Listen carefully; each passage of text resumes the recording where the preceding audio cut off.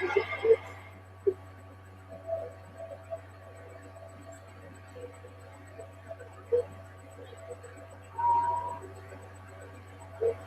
1987, two barriers were broken for the deaf, hearing, dumb, and deaf. March 30th was the day that Marley Matlin won an Oscar for Best Actress for her performance in Children of a Lesser God. Marley Matlin is a mom, producer, actress, activist, and author. Marley is a role model for so many, not just the deaf or the hearing. Marley's legacy is so untouched, meaning that she is the only deaf person that has won an Academy Award. Marley shows leadership whenever given a chance, whether it is speaking on traffic safety, leading the construction campaign, or helping the start to care about issues. When Marley exhibits leadership, it leads to an eternal legacy that shows us that we should never let anything hold you back and achieve vision. Marley Matlin was born on August 24th, 1965. She grew up in Chicago. All of Marley's family was married. At 18 months, Marley Matlin became profoundly deaf. The cause is unknown, but it is suspected to be due to roseola. Marley's acting career started at a very young age. Marley started acting in the local children's theater. In one play, she starred in a movie Wrong as the character director. Marley starred in many of these productions until she was in her early teens. I think my parents really set the tone for my life because, I mean, yes, they didn't know that I was deaf, but they didn't treat me as a deaf child. They treated me with love and respect, just like any child should be treated. And so I think that's an important tool they gave me. They gave me independence. They gave me a foundation, values, morals. But just like any child, they didn't treat me any differently. And I'm very thankful for that opportunity. Growing up, who was your inspiration to act? Well, when I was growing up in Chicago, my mom put me into a theater program for deaf children, and I was given the opportunity to perform plays in sign language and along with music. And I was just 7 years old when I started, and it was from that program. At the same time I was watching The Wizard of Oz, I had the opportunity to perform there. And when I was 12 years old, there was a gentleman by the name of Henry Whitney who was on a TV show called Happy Days, who came to visit us. And he was the one who actually encouraged me to do whatever I wanted to do, which was act. And I was in acting. In her autobiography, Marley revealed that she was a victim of sexual abuse.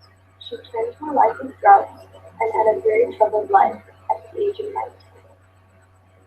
Marley knew that she had to speed up her act, but living in New York, she said, I had no friends there except my brother. Marley performed in Children of a Lesser God, a film about a speech teacher and his student. Marley Matlin was nominated for an Oscar and Golden Globe for this performance in 1956. She became the first deaf person to win an Academy Award, and she became the youngest person to win Best Actress in a leading role.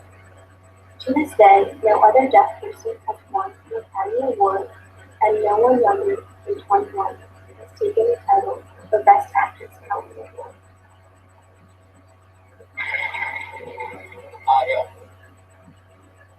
I just want to thank a lot of people. To tell you the truth, I didn't prepare for this speech, but I definitely want to thank the Academy and its members. And I want to thank all the special people in the film that I could name them right away, Patrick Harbour, the entire cast and crew, and particularly William Hurt, for his great support and love in this film. And I want to thank my mother, my father, Eric, Mark, Gloria, Zachary, and Liz. They're here tonight with me. And I just want to thank all of you.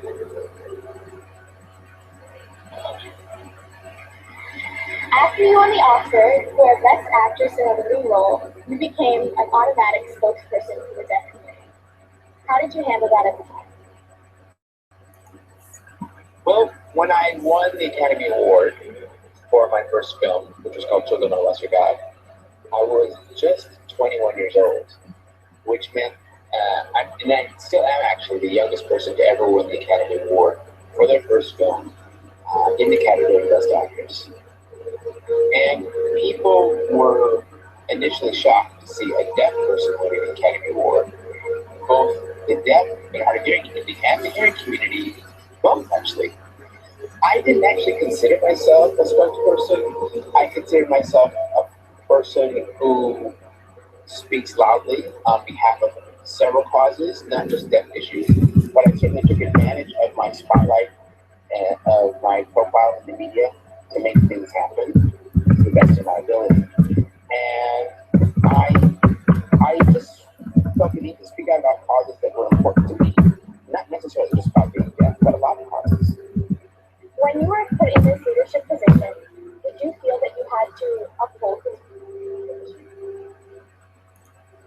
Initially, I felt a great deal of responsibility to be the only deaf person who was famous out there for winning an Academy Award and a Golden Globe.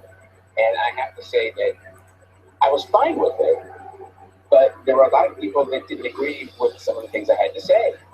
And I got a great deal of backlash because I spoke my opinions. I mean, again, I was also very young. I didn't necessarily think before I spoke, but I stood my ground very strongly. I still do to this day. And I spoke my mind, whatever I felt or whatever causes I thought were necessary to talk about. Marley has shown leadership in so many different ways. She is a huge part of the Starkey Hearing Foundation. The Starkey Hearing Foundation is a charity that raises money for children that are deaf and cannot afford hearing. On Celebrity Apprentice, Marley took charge and led teams of fellow celebrity contestants through many obstacles and challenges on the show, ultimately raising $1 million for this charity. Also, Marley has been successfully campaigning for closed captioning. A few months ago, when Marley wanted to watch Wizard of Oz online, Marley was unable because Netflix did not offer subtitles. Marley was very mad and